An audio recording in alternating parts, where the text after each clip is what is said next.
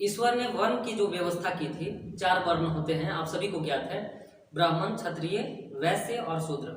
आज है नवरात्रि पूजा और आज है नवमी।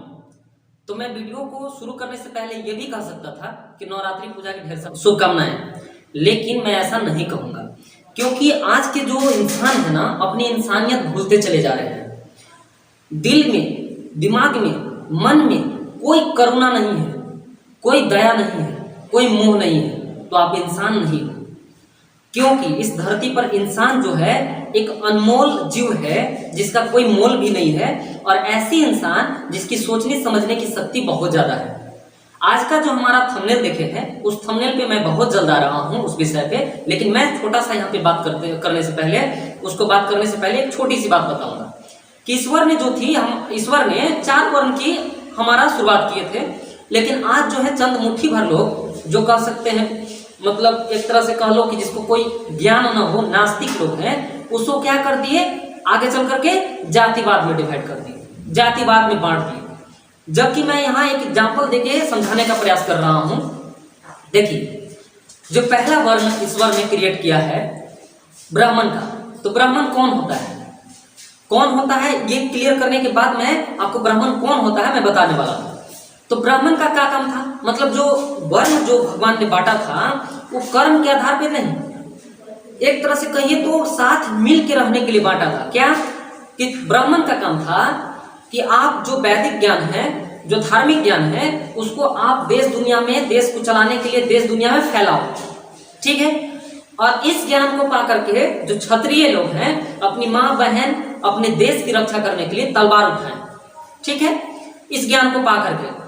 और तीसरा है जो वैश्य, उनका क्या है कि आप ये सब ज्ञान पा करके अपने देश की आर्थिक व्यवस्था को, अर्थव्यवस्था को धन दौलत से पैसा कमा करके पूरे धनिक बना दो, देश चलाओ, ठीक है। और चौथा जो शूद्र था, इसका ये था कि आप ये तीनों का सहयोग करोगे, साथ दोगे और मिलजुल करके आगे बढ़ोगे। इसलिए ये वर्ण का भगवान ने ऐसे आधार पे क्रिएट किया था, बनाया था, ठीक है।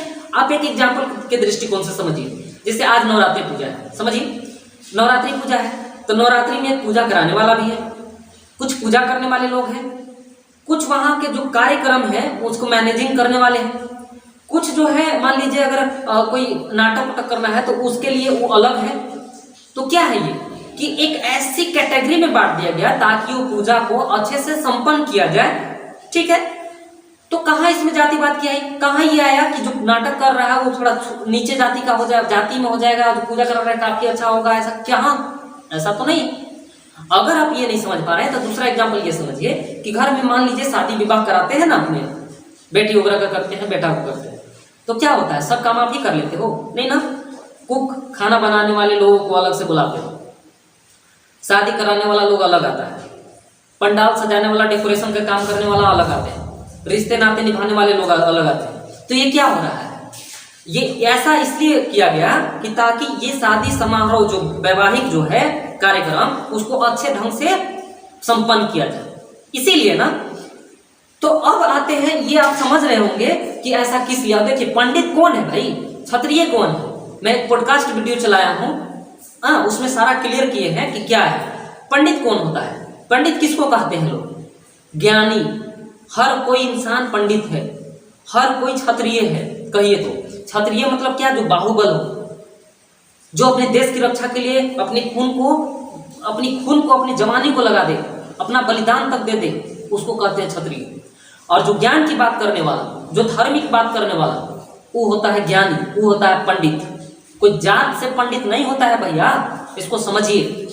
अब आते हैं असली मुद्दे पर, जो आज के टाइटल हमारे देखें कि क्या ये जो बकरी, मुर्गा, सुअर, ये सबको बलि देने से क्या देवियां खुश हो जाएंगी, नहीं ना, हो जाएंगी क्या?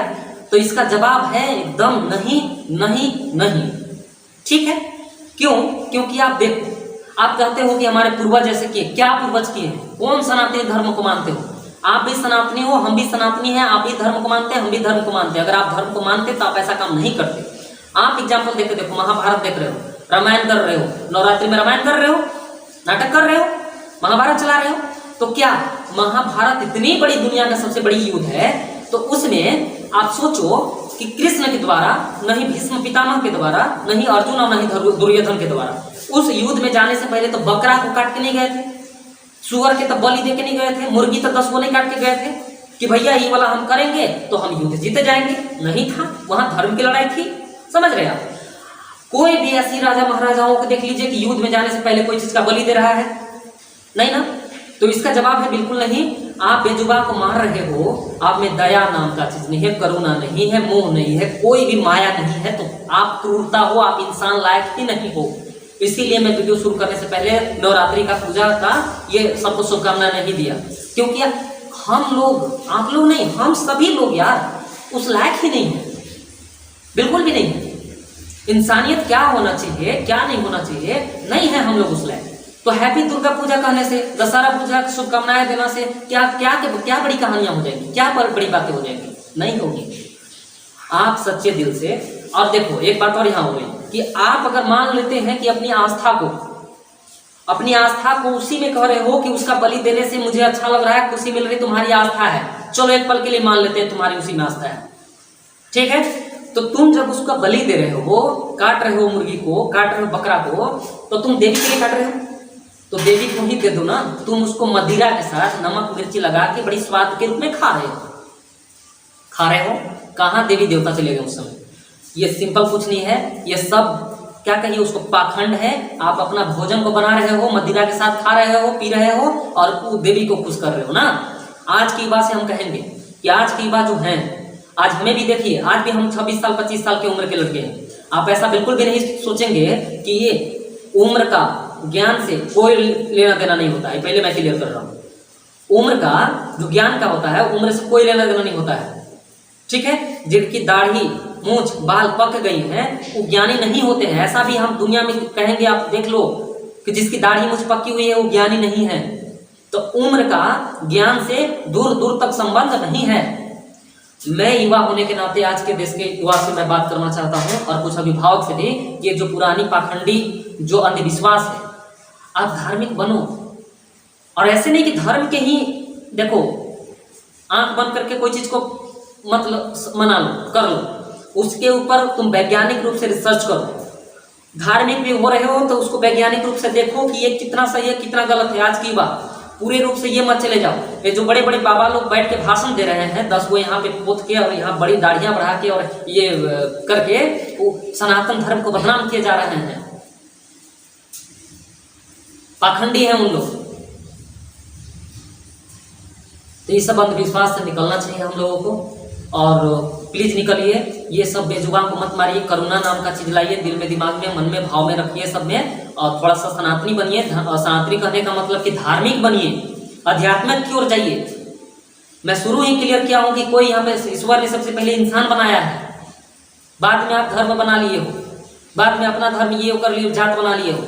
इंसान ने सिर्फ और सिर्फ धर्म की, पृथ्वी को चलाने के लिए धर्म की रचना की थी, धर्म की स्थापना करी थी। और आध्यात्मिक रूप, आपको सही ज्ञान अगर मिलेगा ना तो आध्यात्मिक रूप में जाओ। देखो मैं कोई यहाँ पे एक बड़ी कवि नहीं हूँ, और कोई मैं बड़ा एक महादेव काका तो उसको पाखंडी वो बाबा लोग नहीं हूँ कि यहाँ 4 पोत के ही अगर करूँ तो मैं एक धार्मिक रूप कहलाऊँ। नहीं, ऐसा नहीं है। मैं सूट बूट में काफी अच्छे तरीका से बात करने वाला हूँ। मैं एक अच्छा से लेवल में, एक रिसर्च लेवल की बात करने वाला हूँ। मैं एक वैज्ञानिक रूप से बात करने वाला हूँ। आज की बात से मैं रिक्वेस्ट करूंगा, प्लीज भाई रिक्वेस्ट करेंगे, पैर छू के प्रणाम कर रहे हैं यार, कि आप लोग सही चीज के बारे में रिसर्च करो। और अगर ऐसा भी है कि आपके घर में माँ बाप ही ऐसा अगर कर रहे हैं ना, तो ऐसा बिल्कुल भी मत सोचो कि मेरे माँ बाप अगर कोई चीज का बलि दे रहे हैं तो मेरे माँ बाप दे रहे हैं, तो माँ बाप कर रहे हैं तो सही होगा। ऐसा नहीं होता है डियर। माँ बाप भी तुम्हारा किसी का बाल बच्चा है, वो भी एक इंसान है। अगर वो भी कर रहे हैं तो वो भी चीज कोई ना कोई चीज का शिकार है, पाखंड का, वो अंधविश्वास का शिकार है। उनको सही नॉलेज तुम दो। अगर उन पुराने पूर्वजों को लेकर के चल रहे हो तुम इस बात को कहो। ऐसा नहीं होता है कि बाप हमेशा सही होता है, माँ हमेशा सही होती है। वो भी इंसान है ना, समझे? वो भी किसी का बाल बच्चा ही है ना। तो आप सही दृष्टिकोण से अपनी यूनिक ब्रेन का उपयोग करो। वैज्ञानिक रूप से टेक्नोलॉजी इतनी डेवलप हो गई, उसको लेकर के चलो। और ये 9 दुर्गा जो इतनी धूमधाम से मना रहे हो, सब लोग मनाओ, उसमें मुझे कोई लेना देना नहीं है। आपकी जिस चीज में आस्था है, आस्था को लेकर के चलिए, लेकिन रिसर्च करके चलिए। और बस यही बातें थी और समझाने का मैं प्रयास किया था। कुछ लोग कहेंगे कि जो थोड़ा सा यहाँ बात कर लेते हैं, कहेंगे कि श्रीमद् भगवद गीता, रामायण, महाभारत की बात कर रहे हो तो ये सब तक काल्पनिक कथा है। अरे नास्तिक, नास्तिक तुम पढ़ाई करे होगे इतना ज्ञानी, अगर इतना कहने पर तुम्हारा ज्ञान है कि ये सब काल्पनिक कहानी है माय डियर, तो प्लीज यार तुम पढ़े होगे कि कोई भी कहानी बिना घटना का, बिना पात्र का नहीं लिखा जा सकता है। तो मान लो कि वो काल्पनिक कहानी है तो कल्पना कैसे किया गया हो, घटना घटित हुआ होगा तब ना कल्पना भी किया गया होगा। अगर मान लेते हैं, चलो हम तुम्हारी बात को ही मान लेते हैं कि काल्पनिक घटना है, ठीक है, काल्पनिक है, तो वो जब तुम देखोगे ना महाभारत और रामायण और सूर्य, जो भी तुम्हारा धर्म है, हमारा धर्म है, जो भी तुम देखोगे तो उसमें चोरी करना समझाया नहीं गया है, तुम्हें गलत चीजों के बारे में नहीं सिखाया गया है। उसको देखोगे तो तुम्हारी, जो देखोगे ना तो तुम्हारी वो स्थिति खत्म हो जाएगी डियर।